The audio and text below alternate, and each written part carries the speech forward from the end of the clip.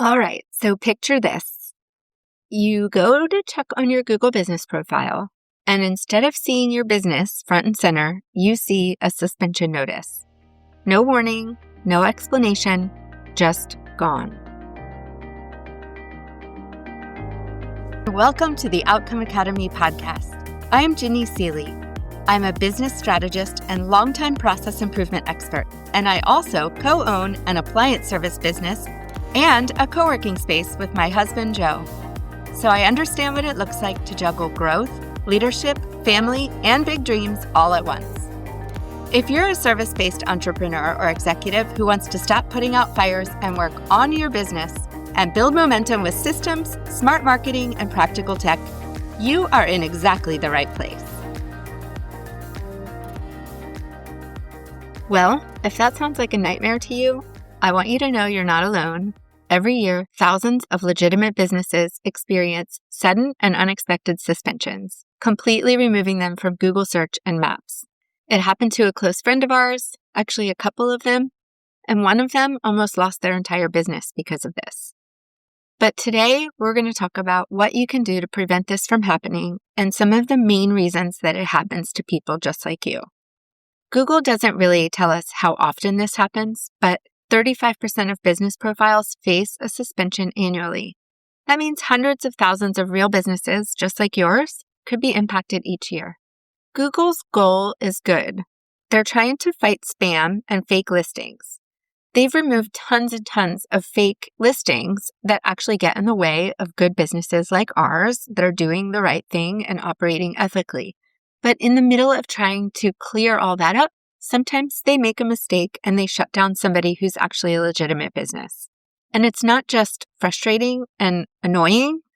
It can really impact your revenue because if you're counting on Google and your business profile for most of your leads, then your phone is just going to stop ringing.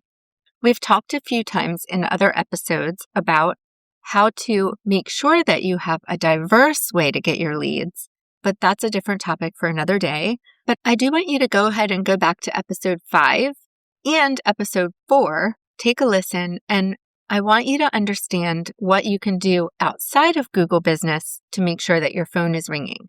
But today, we're going to focus on your Google Business profile and how you can make sure that you don't get suspended. So first of all, sometimes they just accidentally suspend people who really shouldn't be suspended. People who are following all the rules and doing all the things that Google requires, and they still get suspended.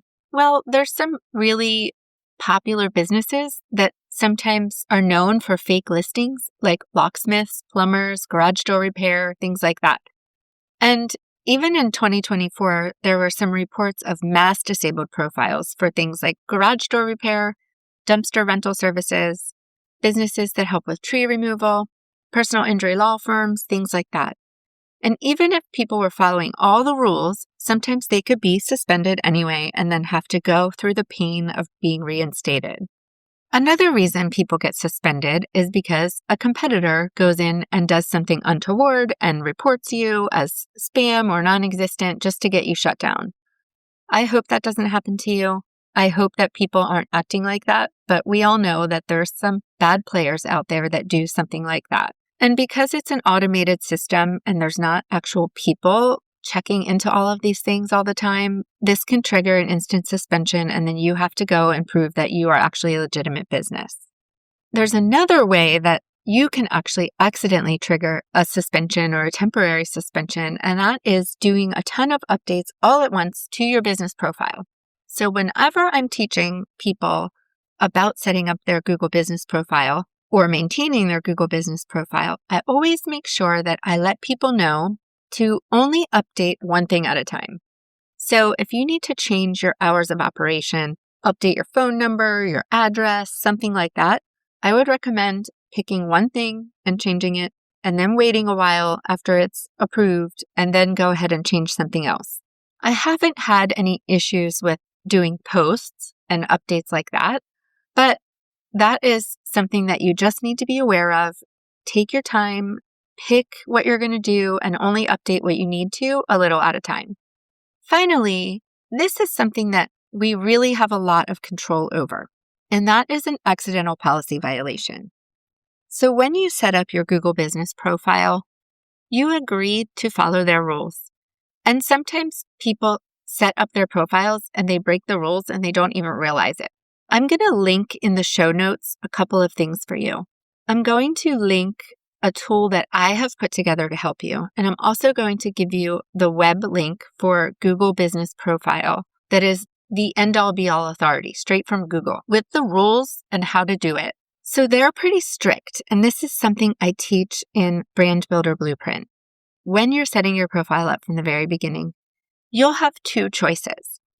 One is to list yourself as an actual business with a commercial location or using an address. The other option is to list yourself as a service area business. And when you list yourself as a service area business, you're going to put in your home address. It's not going to let anybody else see your home address, but you're going to put an area that you service. And the difference here is that you don't actually receive customers at your home. And you may say, but I do receive customers at my home. I have an office in my garage. It's a legit office. If that's true, and you have all the things to prove to Google that you're operating your business the way you're supposed to, and it's a commercial location that you see customers, you may be able to convince them and go ahead and get your listing approved. However, if you are working out of your home, you don't actually have customers coming to your home and you don't want them to come to your home, you must abide by their rules and set yourself up as a service area business, because you're not going to be able to prove that you're an actual location once you get suspended. And there's a very, very good chance that they will suspend you at some point, and it's going to be at the worst possible time, either when call volume's already down and you really need the calls, or when your business is booming and you're expecting all of that revenue to carry you through the rest of the year, and all of a sudden it goes away. So the moral of the story is it's never a good time to get shut down. So just follow their rules. One of the rules they have for the business location is that you don't use a PO box or a virtual office. This is something like the UPS store or something like that, or the post office PO box. That doesn't count as your business address because obviously that little box is not your whole office. You don't have a computer there. You don't visit your customers there. They can't come there and drop things off, all of that stuff. If you're listing yourself as an actual business with a commercial location, it needs to be an office. It needs to have signage. It needs to have a locking door that you can open and let yourself in. And oftentimes they will ask you to verify it with a live video.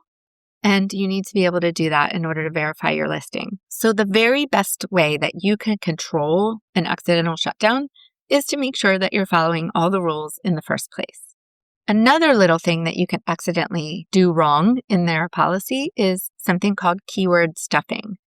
And that is adding a bunch of extra words that try to game the system and make people find you in the name of your business. When you put the name of your business, you really should just put the name of your business there. And also, you want to make sure that you list services that actually have to do with your business. You don't want to be putting a bunch of extra things that you can do in there. If you're a plumber, you don't want to say that you also do tree removal. You want to make sure that the things that you list that your business does actually match what the business is that you say you are. I hope that helps you. One common question that we get, and it's interesting because I can speak to this because we actually own a co-working space as well. Is it possible to use a co-working space as your business address? And the answer is sometimes. If your business is in a co-working space like ours, and we have separate offices with actual suite numbers that are approved by the post office, and they lock and they have signage outside of the door just for that business, then the answer is yes. However, in the rules for our co-working space, if you are using the co-working area, you are not allowed to use our business address in a Google listing. And that's to protect everybody that is following the rules here. So in our particular address, we have various suite letters. So our building address is 1210 Highland Avenue, but 1210A is reserved for the co-working space itself. 1210B is a business. 1210C is another business. D, E, and F are small offices. They're actual businesses who can list their location because they are listed on the signage in front of our building, on the door to get into our building, and then again on their actual physical office. So I hope that helps you. It's not that they are just using the address and they are come in here once in a while and use a desk in the middle of our co-working space. They're actually renting space that is solely for them and their business, and it has signage and a dedicated address that's recognized by the Postal Service. Just to reiterate and summarize, because it's so important, these are things that Google does not allow. P.O. boxes.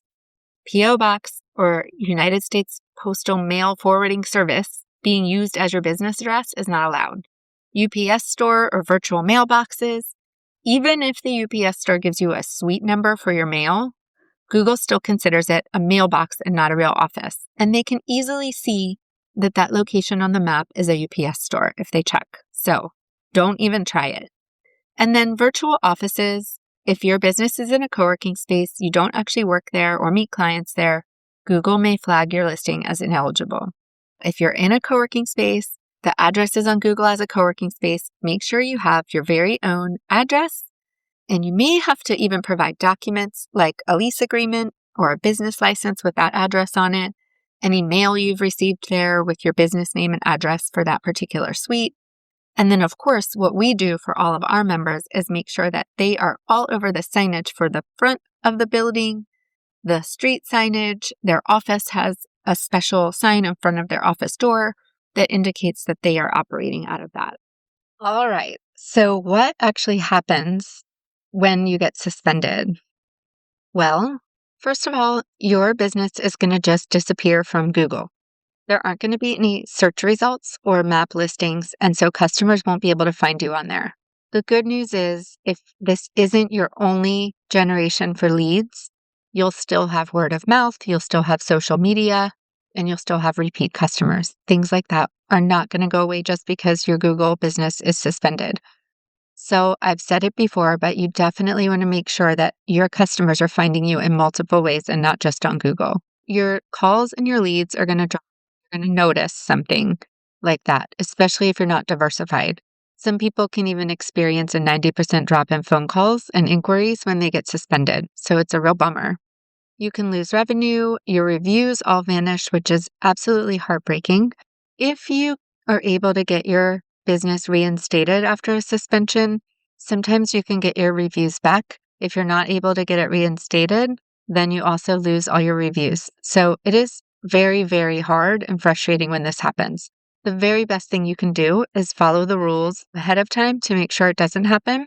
But let's just say you are suspended and you have to get your Google profile reinstated.